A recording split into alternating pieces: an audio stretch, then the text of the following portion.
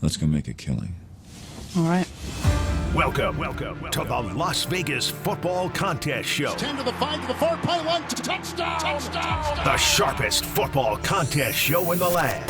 I'll take the action. My Birds, Benjamin Franklin's team, favored by 1.5 points. I'll give you 3 more. You're now riding shotgun with 2 former contest winners in Brady Kannon and James Salinas. And getting a former player's perspective with 9-year NFL veteran Mike Pritchard. Let's go! As they guide you through strategy, process, and your contest picks each and every week of the season.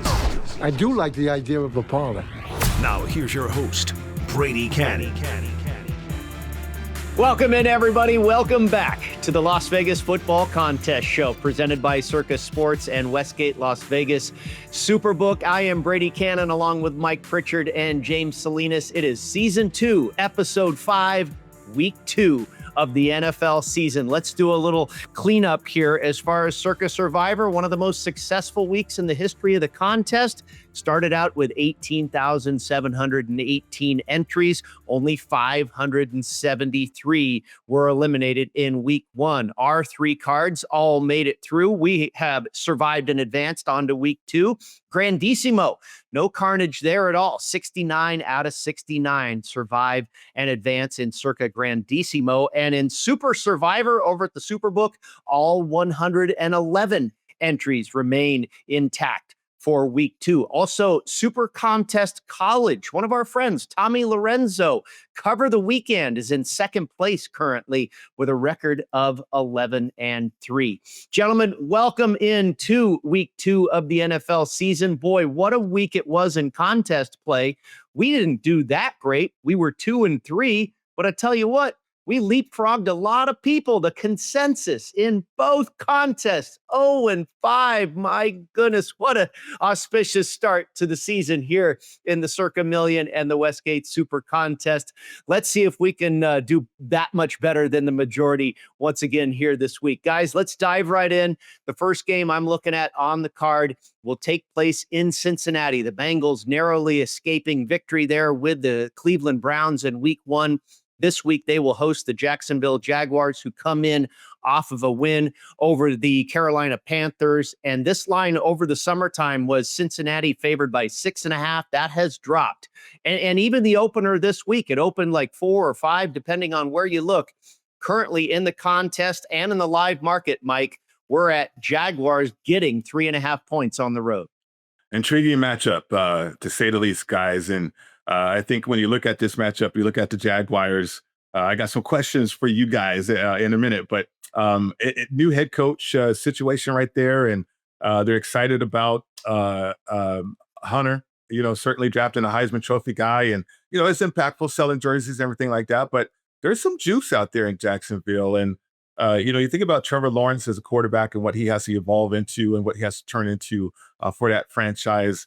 That is something I'm keeping an eye on for sure. But ATN, I mean, as a running back, and certainly what he did in that matchup against Carolina was very, very impressive. He reminds me so much. I don't know if you guys get this impression of him. He reminds me so much of like a Marshall Faulk type. He's not Marshall Faulk, but he reminds me of him in terms of his versatility and what he can do out there, and certainly running the football and being a tough runner as well. But I was impressed with them as they open up week 1, and now you got to go against Cincinnati. And we were talking about this before this matchup. We go back a few years, and that was a nice matchup when you think about the Jags and Cincinnati. And last time they were out, I think it was a field goal that separated these two teams. So we got that situation again. And I like the Jags. I mean, the Jags showed me with a new head coach, a new philosophy, and a little bit of their identity. And what I mean by that is I break down play selection big time. And again, when you're coasting and when everything's working, 9 times out of 10, if you can get that run pass ratio skewed more towards the run, then you're going to be highly successful, because that just opens up your playbook, right? I mean, think about teams that are skewed the other way, where they have to throw it almost 70% of the time.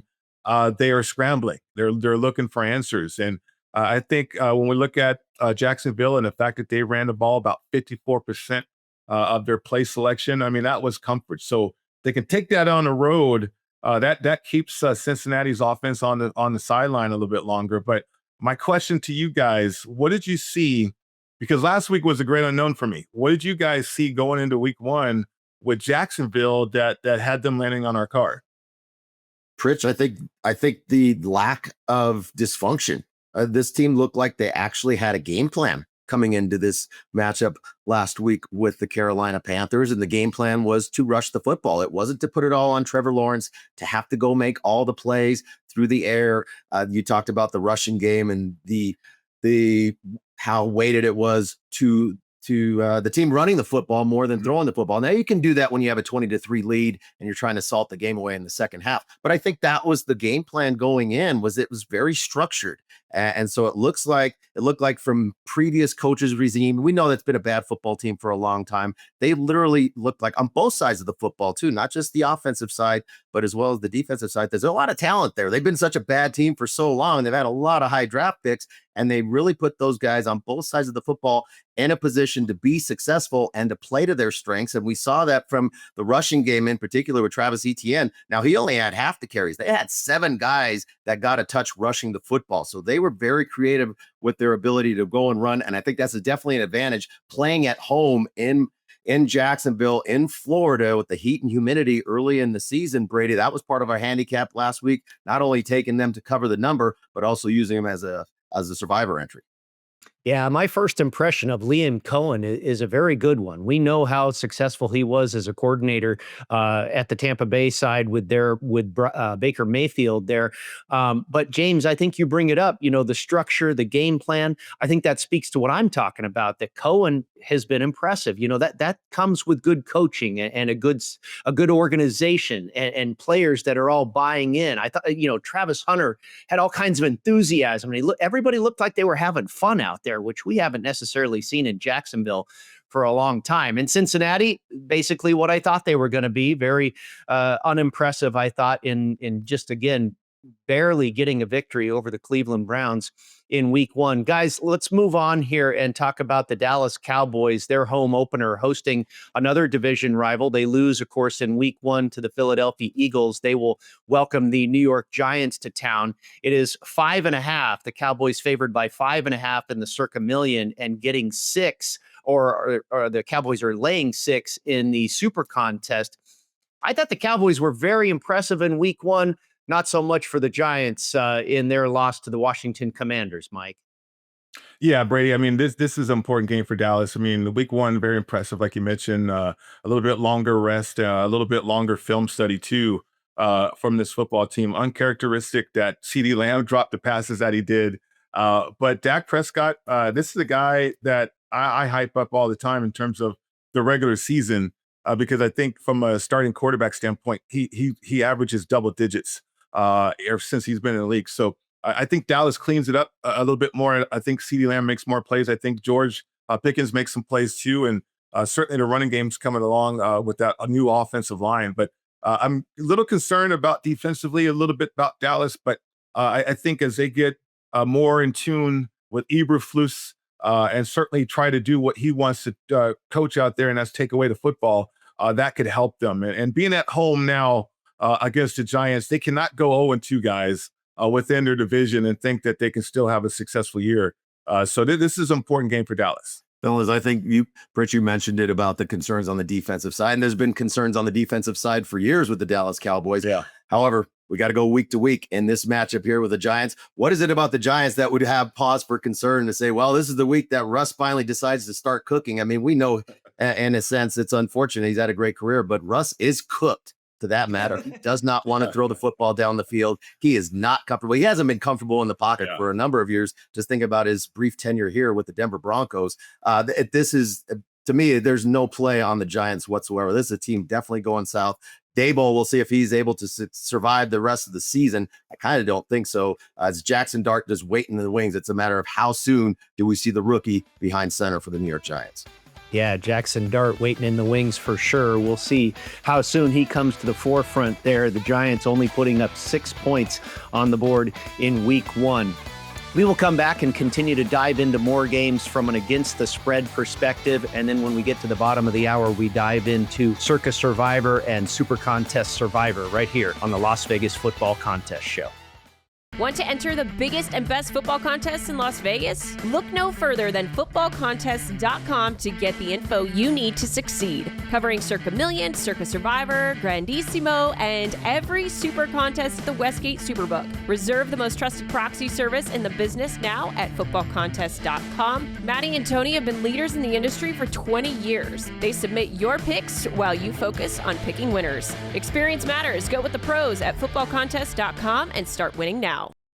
Looking for your next ultimate golf experience? Discover Bali High Golf Club, a tropical paradise on the Las Vegas Strip, featuring lush greenery, water features, Balinese tropical plants, white sand, and black volcanic rock, creating an enchanting atmosphere. Bali High creates a memorable golf experience for a typical foursome, a group celebrating a bachelor or bachelorette party, or your next corporate outing. It's award-winning golf on the Strip, Vegas style. Book your ultimate golf experience now at BaliHighGolfClub.com. It is the Las Vegas Football Contest Show presented by Circa Sports and Westgate Las Vegas Superbook. Brady Kannon, Mike Pritchard, and James Salinas with you going through the Week 2 card in the NFL. The against the spread portion of the program. We'll get to Circa Survivor and SuperContest Survivor here momentarily. Very little carnage in Week 1 in Survivor contests around the country. All right, guys, the Rams go on the road to visit the Titans. The Titans, pretty impressive, hung around for a long time against the Denver Broncos. Many Survivor people on the Broncos got scared for a minute there. And the Rams, we were on Los Angeles in Survivor and against the spread. Both of those came through. They look good at home in their win over the Houston Texans. What do you think about Week 2 and the Rams and the Titans, James? I think Brady and Pritch, fellas, this was last week. That was my best bet on the board. I really liked the Rams last week. And it was the matchup in particular with that defensive front for the Rams going up against a really beat up and decimated offensive line for the Houston Texans, as well as not having the heart and soul of that offense out there on the field in Joe Mixon, and really came to form. I didn't know how they were going to score. They really didn't score. Fairbairn was their best offensive player last week. He's a terrific kicker as well. But thinking about where the Rams are this week, I mean, they're a little banged up on the offensive line going into this matchup against Tennessee. And what we saw out of Tennessee, yeah, you're going to have a lot of growing pains with Cam Ward, but it seemed more so from Ward throwing fastballs. His receivers weren't quite ready to receive those fastballs he was getting here in the Mile High City against the Denver Broncos defense. But it was more so the growing pains of the coaching staff, not knowing the rules, not knowing when to throw the challenge flag. They really didn't help Cam Ward in that matchup against Denver. A lot of times turning his back to the defense. That defense could care less whether they were trying to rush the football where the Tennessee Titans or not. It was straight beeline to that quarterback. Did not do him any favors, putting him in the positions that they did. So really shaky coaching staff for that offensive side for the Titans in this matchup here. I think for the Rams, it's just a matter of the focus. I think for Week 2 in the NFL, not trying to be reactive and say, oh, you're never as great as you looked in Week 1, and you're never quite as bad as you looked in Week 2. And I don't want to get on that boat to say, well, this is going to be just a whitewash for the Rams. I don't want to play the Titans in this spot, but I don't want to lay this number on the road with the Rams. Not that they're not fully capable, because they are. I really like this team. I like them coming into last week and coming into the season. But I just look at who they have on deck next week, and they're going to be playing the Philadelphia Eagles, world champ Philadelphia Eagles. And we know what a competitive game that was last year in the playoffs, Pritch. And I know it's so early to say, well, are they looking ahead? I'm not saying necessarily that the Rams are looking ahead. It just feels like a bad scheduling spot going on the road against a lowly Titans team with a Rams team just itching to get back and have a little redemption from last year's playoff loss to the Philadelphia Eagles. Right. And home openers too are always tricky too, I think, for the other team. And the Titans to me are in a prove it situation from a coaching staff, like you mentioned, and certainly Cam Ward as well. And the Rams we know that they're well coached. That's a good football team. I'll put that out there right now. That's a really good football team. The only question as they evolve into a team that should make a run in the playoffs is the health of the quarterback, right? And I think, we'll find that out. Matt, this guy Stafford, he has been a tough hombre for a long time, but he's dealing with something that really is debilitating. So we'll see what happens. But I agree. It's a tough game just because of the travel, the spot, the matchup, and then certainly still waiting for that team. And talking about the Rams to fully develop, Brady, and that's a lot of points to lay on the road against a team in their home opener with a new quarterback. Yeah, like James says, it was a great victory for us and the Rams in week 1. Now, I don't want to just, rush to conclusion here and say, oh, they're going to kill the Titans. No, I'm with you guys. I kind of like the next one on the board, and that is the Buffalo Bills visiting the New York Jets. The Jets really impressed me. I mean, was that the best game we've seen Justin Fields and the New York Jets play in the last 3 years? Pretty good. They were very impressive. Hats off to Aaron Glenn and his head coaching debut. Great job there. They gave the Steelers everything they wanted, nearly won the game. And the Bills, I mean, gosh, what a absolutely stunning game on Sunday night. The comeback over the Ravens. Now, how do they get back up off the mat and try and produce that type of effort again? They got to be feeling a little fat and happy. Now they go on the road in a division game and they're laying nearly a touchdown, James. I kind of like the Jets with the points here. I like the Jets with the number as well. And again, it comes down to week matchups. And we saw a team in the New York Jets committed to being physical up front and rushing the football. And that's exactly that's not the matchup the Bills want to see. We saw you're going to get that from Derrick Henry and the Baltimore Ravens, just running the ball consistently down your throat. But this has been an issue for the Bills for quite a while. We know they're smallish up front, especially at the linebacker spot. The defense is really banged up out on the outside too. I don't like their safeties. They're not hard hitters, not great in run support. And really their best defensive player, Ed Oliver, yesterday he was seen in a walking boot on a scooter playing ping pong, not on the court, not on the practice field. Big loss in case he doesn't play. I got to figure you're in a walking boot. It's going to be tough to get out there and start making plays against a team that is committed to rushing the football. When we're talking about the New York Jets and thinking about where they were last week, didn't run for, they ran for 4.7 yards, but it was, again, the commitment. We talked about the balance, Pritch, earlier with Jacksonville. Well, it was 22 pass selections, 22 pass attempts for Justin Fields, 39 rushing attempts for the Jets. I think we're starting to see in pieces, parts. We saw it with Philadelphia, and it led to a Super Bowl win, this kind of shift from offensive thinking of spread them all out and we'll be quicker and faster and put your defense on their heels and on skates. A lot of nickel coverage and a lot of smaller linebackers. Well, now teams are starting to say, well, you're smaller on that defensive side. Let's start committing up front and pounding the football at you guys because you don't have the personnel to stop it, Pritch. And here, this is just a tough matchup for that Bills defense, minus Ed Oliver in particular, having to go up a team in the New York Jets that is committed to rushing the football.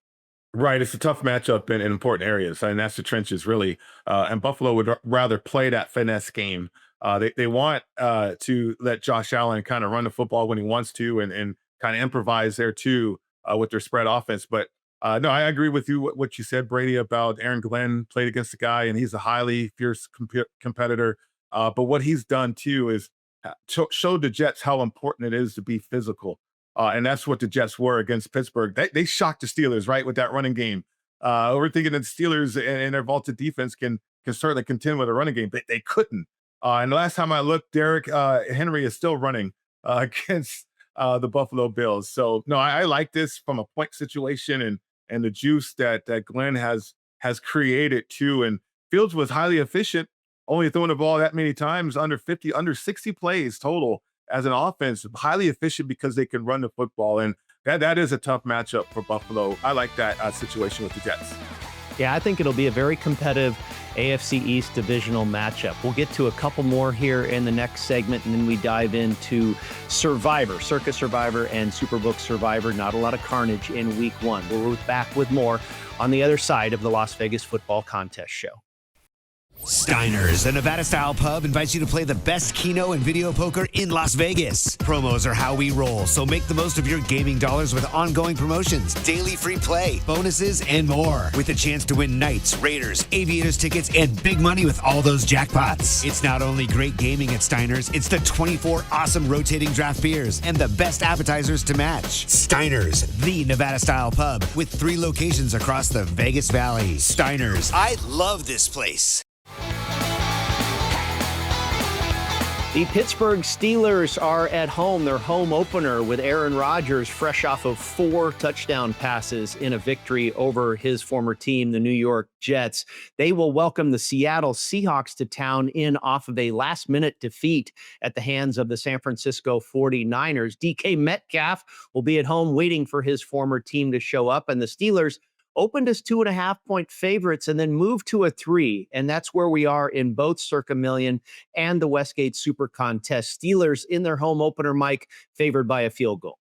Yeah, I get this question repeatedly as a former player, and it's a travel question, right? When you kind of try to figure out, okay, I like the Seattle Seahawks, but I'm worried about the travel. It's cross country and all this time zones and everything. So this situation is interesting to me because just reading and kind of understanding what's going on with the Steelers, they're concerned about stopping a run.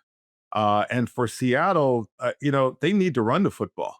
And we just talked about that earlier in the show in terms of what the NFL is turning into. I mean, we're going back to the 90s a little bit with the style of play.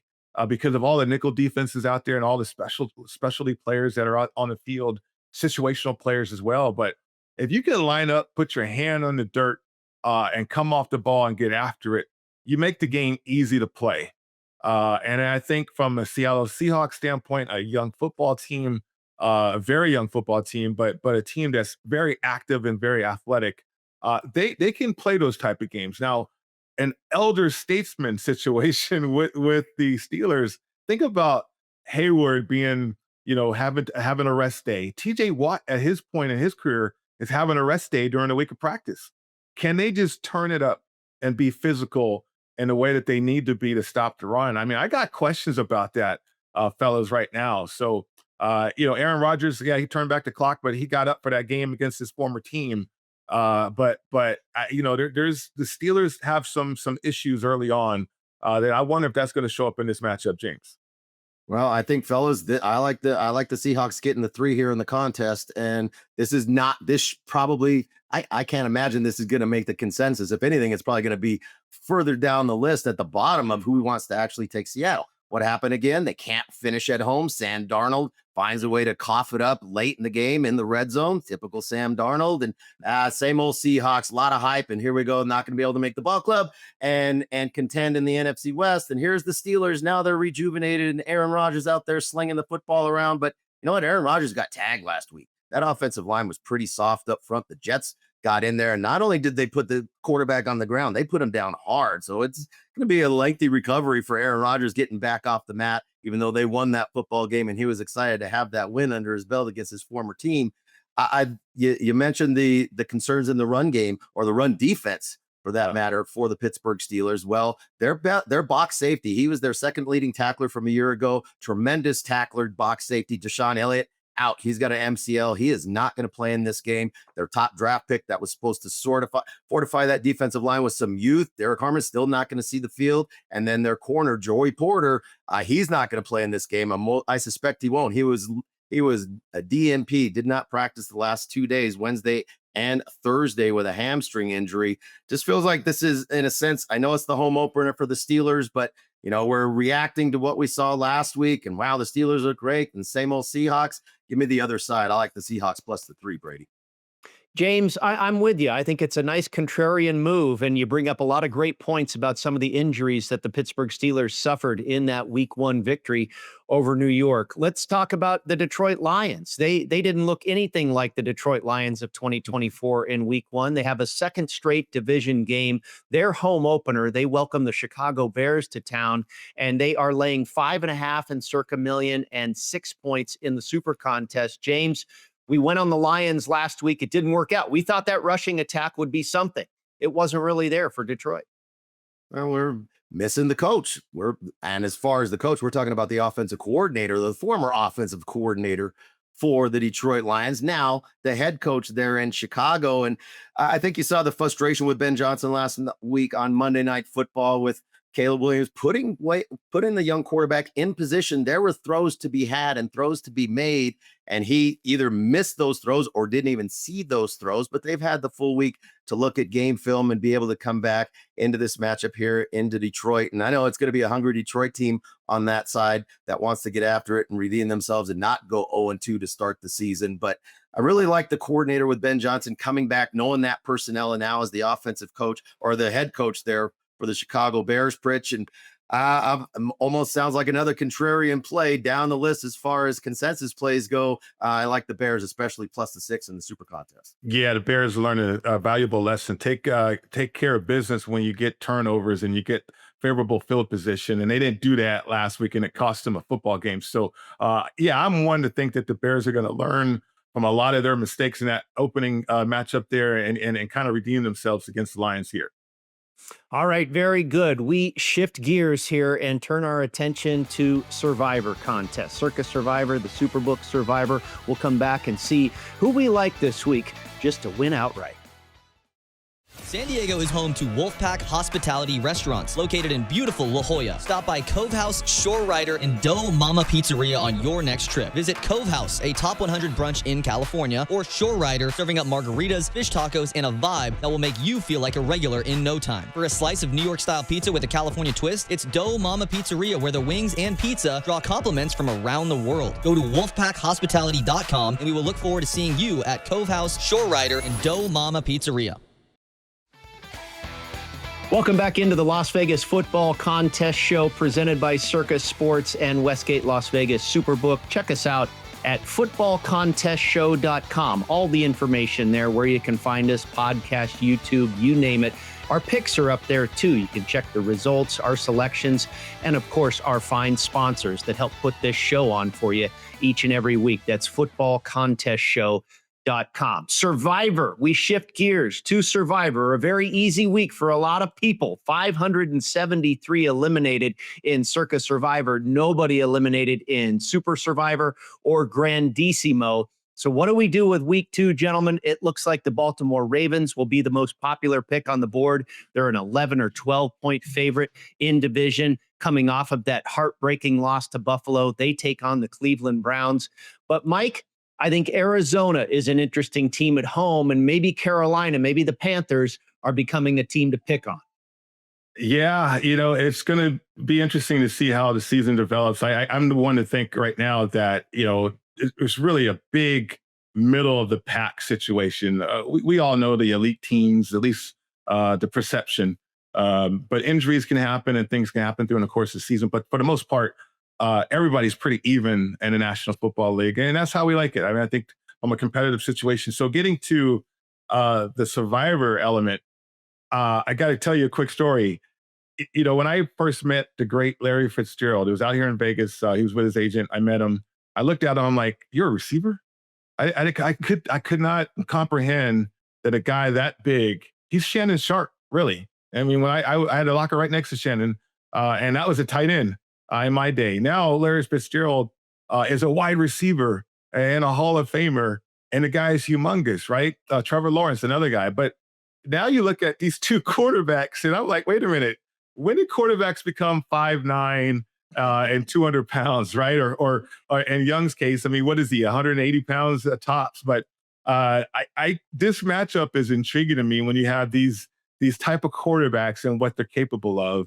I gotta side with Kyler here. One of the things I liked and paid attention to in the offseason was that Kyler, who is not a likable person, I'll take that all the way back from when he was recruited out of high school. He's not a pleasant individual, but he started to gravitate and try to develop friendships within that locker room or relationships, be more personable and be a leader, right? And that started to emanate out of that locker room. And certainly some of the reports had that happening. And I like that. I really do. Whereas, you look at the Panthers, they're still a work in progress. I still don't think that they believe in their quarterback situation, that he's too damn small, and he is. So I think there's an opportunity for the Cardinals. I would rather play the Cardinals and all these maybe under the radar expectations that they have early in the year than later on in the year. when things become normal or things become familiar as they start to lose or guys get hurt. Who knows? But at the beginning of the year, there's optimism and certainly a belief in their quarterback and a home opener too. So from a Survivor standpoint, I like the Cardinals here, guys, in this matchup against Carolina.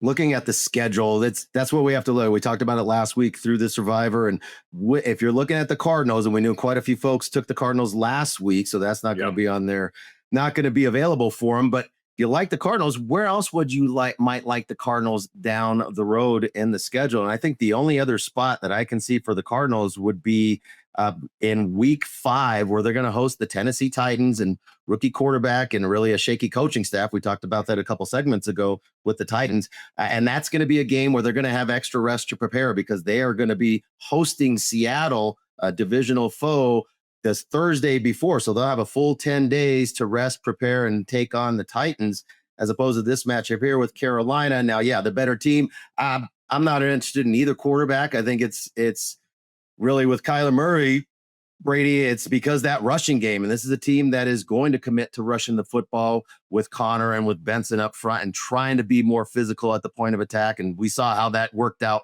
for that Carolina defense with the same mindset with Jacksonville last weekend, running the football all over that defense. So in that sense, I like the Cardinals in this spot. Obviously, I don't want anything to do with the Carolina Panthers, but there might be a better spot down the road this season for the Cardinals as far as Survivor is concerned, Brady. Yeah, that's really a lot about what Survivor's all about, finding that best spot available for this team. And, last week we were on the Jaguars and the Rams, and that looked like, obviously they won, but we're not sure if there's a better spot later on down the road for those teams. The Rams do have one really attractive spot that we like. I think another game, you don't have a lot of big favorites this week. You've got the Cowboys, you've got the Lions. We talked about both of those games. The Ravens, of course, I'm sure will be very popular. It feels safe, a big spread there, 11, 12 points. The Vikings are also interesting. They come back. J.J. McCarthy finds his stride, starts to really click in the fourth quarter, and they come back to beat the Bears. They looked impressive doing so. Kevin O'Connell continues to show that he is a really good coach in this league. And I think conversely, Raheem Morris continues to be questionable. They should have beaten the Tampa Bay Buccaneers in week 1. A lot of people would have been happy with that. That was an extremely popular pick against the spread. And now here they are on Sunday Night Football. So I'm not ready to just completely throw Atlanta to the Wolves, James, because they disappointed in week 1. And I'm not exactly sure what to think of Minnesota either, because McCarthy was pretty awful in the first half against the Chicago Bears. But it feels like Minnesota finds a way to win this game in their home opener. That's where I don't want to be reactionary. Everybody saw what happened on Monday night as the only game on the board and on TV that night. So you sit there and all eyes on it, and you see a contrast the two halves. I think what really helped out McCarthy, he's got some mental toughness for sure, but it was more so the commitment to getting back and rushing the football for the Minnesota Vikings. And that's really what got them settled in the second half, especially after that pick 6. So credit to J.J. McCarthy. After that pick 6, they fall behind by 2 big scores, and he could have completely melted down there. But to credit for O'Connell to keep him focused and to shift the game plan to make sure they were going to rush, not panic, and start slinging the ball all over to try to come back quickly, rush the football, grind some clock down, and control the ball and control the line of scrimmage and get him in more third and manageable place for the young quarterback. But in this matchup here, thinking about the other side being reactionary and Atlanta doing same Atlanta things with Raheem Morris, you mentioned that, Brady, with the coaching mismatch. It just feels concerning to me when you have Atlanta and how poorly they played and butchered the game again, couldn't make field goals, bad kicking performance again from their place kicker. But going into this side, there's a couple injuries that concern me, and it's at the linebacking core for the Minnesota Vikings, Pritch, and they lost Blake Cashman to a hamstring injury in that game, and Van Ginkel is probably not going to play as in practice for the last 2 days with a concussion. Those are 2 key players for all the different pressure fronts that we like to see out of Flores and that defensive side. Missing those 2 guys there, it is a significant drop off from the linebacker spot from those starters to those backups, Pritch. This game's a no play for me. Yeah, the injuries are concerning too. What Brady alluded to, though, and what you talked about as well, the fact that you can adjust your game plan really plays in your favor. And that's the coaching acumen of McConnell there. So, McCarthy settling in with the running game, the compliment right there. Yeah, absolutely. I mean, that was tremendous. But to be able to adjust along the way and have answers to some questions that developed during a matchup, I mean, that is something telling. I'm shocked that Atlanta did not release Koo because he was shaky last year. And so think about that field goal. I mean, he pulls the first one before the timeout, and then he pushes the other one. And I don't know what kind of confidence at this point, along with the coaching decisions, Brady, that you have. And you're going to need a field goal kicker on the road if you're Atlanta. So, I mean, the matchup from a Survivor standpoint is a tough place to play. It favors the Vikings big time, but there is some injury concerns there too. And it's so early in the year that even though we like these home favorite situations, some of them kind of get, you don't have that much confidence with them. But no, that is an attractive situation just from the development of McCarthy in that game, but then certainly the adjustments that Minnesota can get to as well. We've got a Monday night doubleheader, and I wonder how many people will land on the Los Angeles Chargers, a road favorite here in Las Vegas, laying 3.5 points at the Raiders. Of course, they have a huge rest advantage in this game. Talk about coaching. Jim Harbaugh, a pretty good one, goes down to Brazil and takes out the Kansas City Chiefs in Week 1. Stick around. More of the Las Vegas Football Contest show coming right up. When the football contest crew isn't busy dominating the field and making plays that leave opponents in the dust, they're doing something just as exciting. They're playing My Vegas Slots. It's a top-ranked, free-to-play mobile app that lets you earn valuable real-world rewards from amazing partners like MGM Grand, Bellagio, and Norwegian Cruise Line. You can score hotel stays, great meals, show tickets, and more just for playing. Download My Vegas Slots today from your favorite app store. And if you're anything like Brady, James, and Mike, we know you're going to love it. That's a winning play you won't want to miss. Want to gamble like the pros? At LasVegasAdvisor.com, you'll find the world's best how-to books, software, and strategy cards featuring blackjack, poker, video poker, and of course, sports betting, including the Stanford Wong Classic Sharp Sports Betting. Don't forget LVA's Member Rewards coupon book, offering discounts on dining and entertainment, including a buy one, get one for the awesome lobster buffet at the Palms, and more than $700 in gambling-free play, match play, and bonus offers. Up your gambling game today at LasVegasAdvisor.com. Welcome back into the Las Vegas Football Contest show presented by Circa Sports and Westgate Las Vegas Superbook. Mike Pritchard, James Salinas, and myself, Brady Kannon, for Week 2 of the NFL campaign. It looks like kind of slim pickings for Survivor this week. I wonder how many road favorites we'll see on the board. Out of 18,000 plus selections in Circa Survivor, you got to believe there are going to be some road favorites on that card. Let's get back to the against the spread perspective, and I think a very interesting game for the Indianapolis Colts, who really put it on the Miami Dolphins in Week 1. Daniel Jones, Jonathan Taylor, Tyler Warren, the rookie tight end, everything looked good in Indianapolis. And it was a little bit shaky in Denver, but the Broncos held on, nearly covered the spread in the end in beating the Tennessee Titans by 8 points. They will take their show on the road. And James, they're a slight road favorite here. I've seen anywhere from a 1-point favorite to a pick'em here in the contest at Circa, all the way up to 2.5 or 3-point favorites. It's really kind of danced around between pick'em and less than a field goal all week long in favor of Denver. Talk about Survivor. The Broncos narrowly survived that game last week. And in spite of some of the arrogant play calling that we saw out of Sean Payton, he tends to do that. And some of the gunsling, just risk taking for Bo Nix. Bo Nix is coming in. He's not playing the pass line. That dude's rolling hard. He's betting hard fours and pressing everything when he gets to the craps table. This guy's throwing the ball, going to his left, across his body, got picked. He had 2 interceptions last week. That's the 5th time in 18 starts in his young career where he's had multiple interceptions in a game. Fortunately, they were able to get by with it because Tennessee couldn't move the ball and their receivers couldn't catch the football. And then conversely, on the other side with the Colts, now granted, they were playing the flag football team defense known as the Miami Dolphins, but the Colts scored 7. They scored on all 7 possessions in that game last week. And it's still the National Football League. And to be able to go and score on all 7 possessions, yes, the Miami defense is not a good defense. And they're definitely not cadet. There's definitely a fractured locker room between with not only with amongst players, but also with the coaching staff. But you go and score 7 times on each one of your possessions in a game, you're executing. And I think with Daniel Jones, say what you want. I mean, he played they really played a flawless game offensively. That the offensive line has gotten younger, and I think they've gotten better. You know, they've had a really stout offensive line for a long time, but it wasn't just matter of fact, just rushing the football with Taylor. Now you've got some speed on the outside. You've got some size on the outside. Denver has historically over the last X amount of years really struggled covering tight ends. And I like the Colts here. I know it's basically a coin flip game. You can say it's a home dog, but really I feel like it's just a coin flip game, whether it's 1 or pick 'em, whatever that number is, Brady, that you were saying. I like the Colts here in this spot. I look for some more issues from Knicks on that offense, not being able to keep up. This is going to be an interesting game. I do like the Colts here on this side.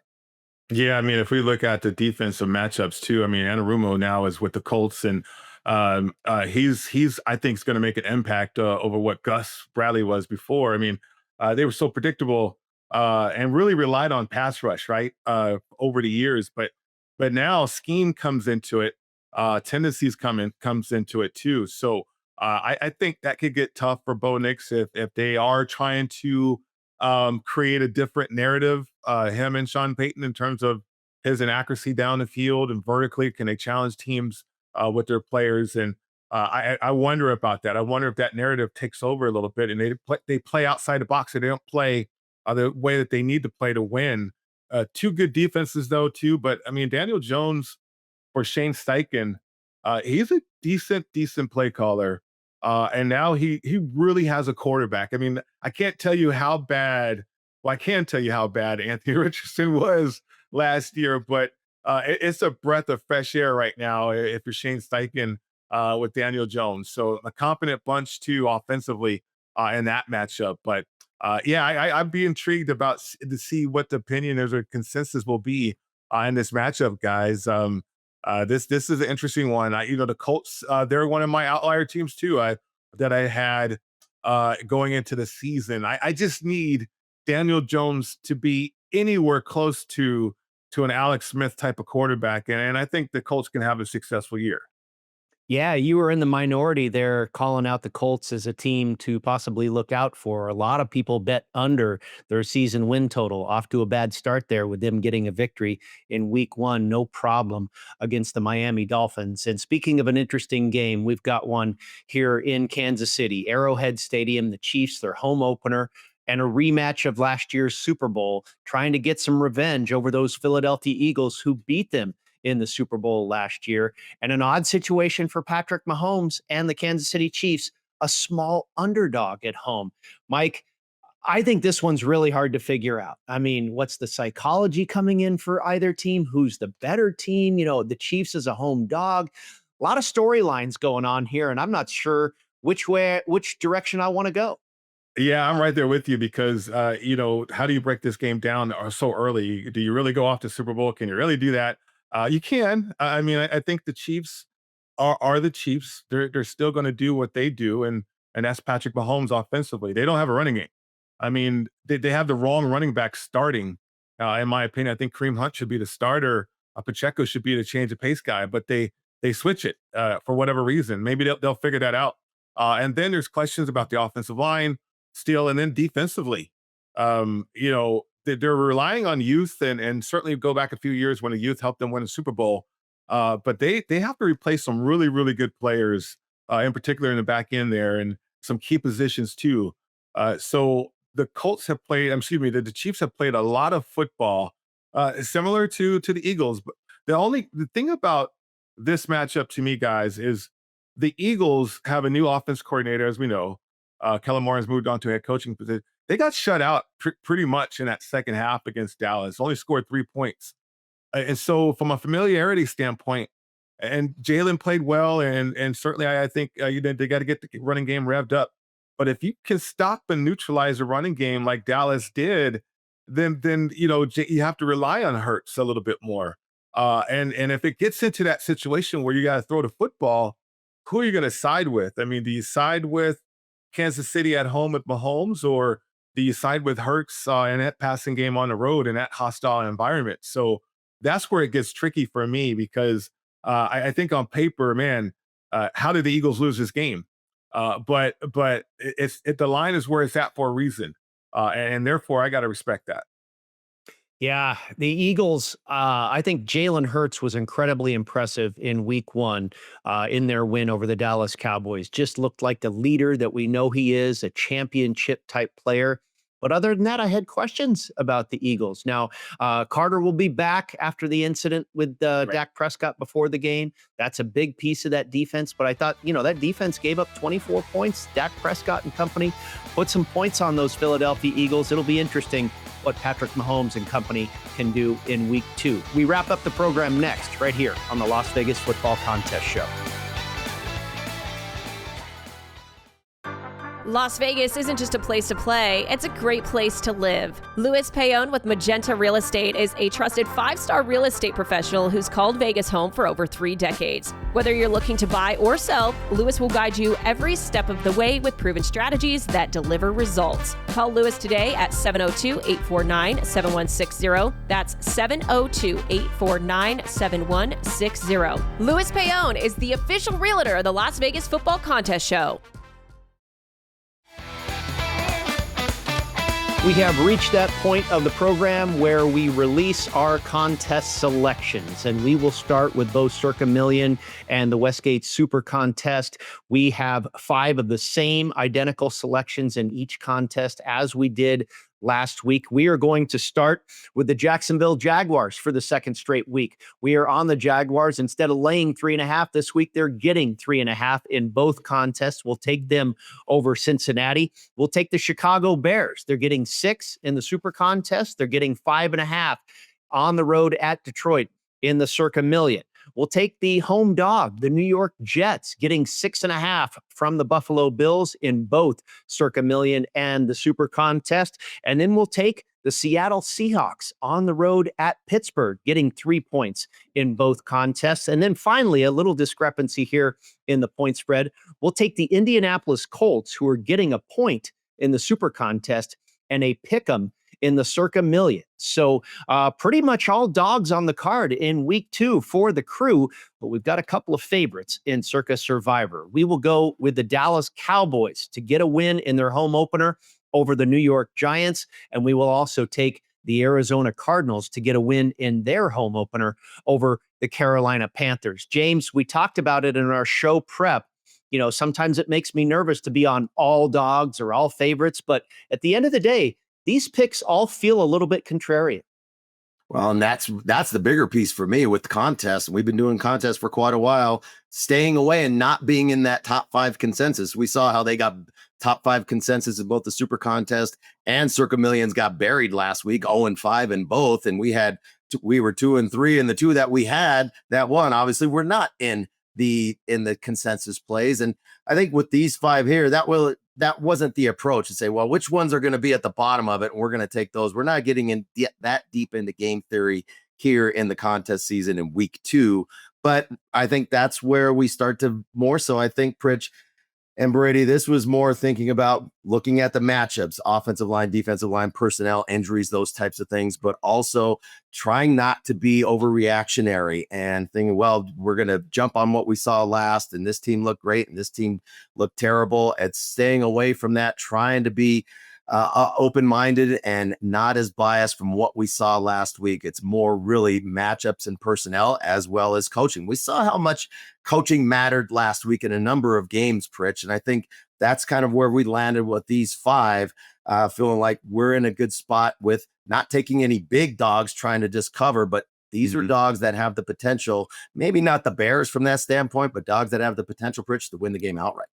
Right, absolutely. I mean, I love the upside situation in terms of the dogs that we selected, and from a coaching standpoint, from the sidelines and then even on the field from the matchups. But each and every one of these dogs that we selected here this week, they do have upside, room for improvement. Again, like for instance, Caleb Williams. Once he sees all the plays that are out there with this offense, And I'll have to hand it to Flores and disguising things and maybe making him a little hesitant. But there's upside with Williams in his offense, right? And I think maybe that shows up this week. And then there's upside certainly with Seattle. There's upside with Jacksonville too. So yeah, I'm highly intrigued with the matchups that we talked about through the course of the show. But then just from a dog situation, the upside that presents itself as well. We are high on former Detroit Lion assistant coaches this week, gentlemen. We're backing Bill Johnson, and we're backing the head coach of the New York Jets, Aaron Glenn. Aaron Glenn. It seems like he really learned a lot, and he improved. We remember his first year as defensive coordinator. He was not impressive at all. It seems like he really learned a lot about the culture that Dan Campbell kind of installed there in Detroit. And he brought that to New York, James. I mean, he has a toughness and a physicality that he brought to the table. Well, and a lot of times teams kind of take on the persona of their coach and their personality. And I think that's what he's trying to instill is the toughness, the physicality. Pritch, you've talked about it. You played against Aaron Glenn and the fire that he would bring, the physicality that he would bring. I think that's what coaches are hoping for, especially if you're a coach coming into a situation like the Jets, a really dysfunctional franchise from top, starting with the ownership on down and having to reset. And those things take time. Well, he definitely made an impact last week in a big game, even though in a loss against a team that knows itself and has an identity as far as the Pittsburgh Steelers. Pritch, I was like you, Brady. I was pretty impressed with how the Jets performed last week. All right, here we go again. We're on the Jaguars, the Bears, the Jets, the Colts, and the Seattle Seahawks, the Cowboys, and the Cardinals in Survivor. We'll be back with more next week. Have a great weekend, everybody. Good luck with your picks. This is the Las Vegas Football Contest Show. Thanks for tuning in to the Las Vegas Football Contest Show. Don't you just love football? God, what a fun sport. Subscribe today on YouTube, Spotify, and Apple Podcasts to receive weekly alerts as soon as the show's available. Good luck with your contest selections. Pay that man his money. And we'll talk to you next week.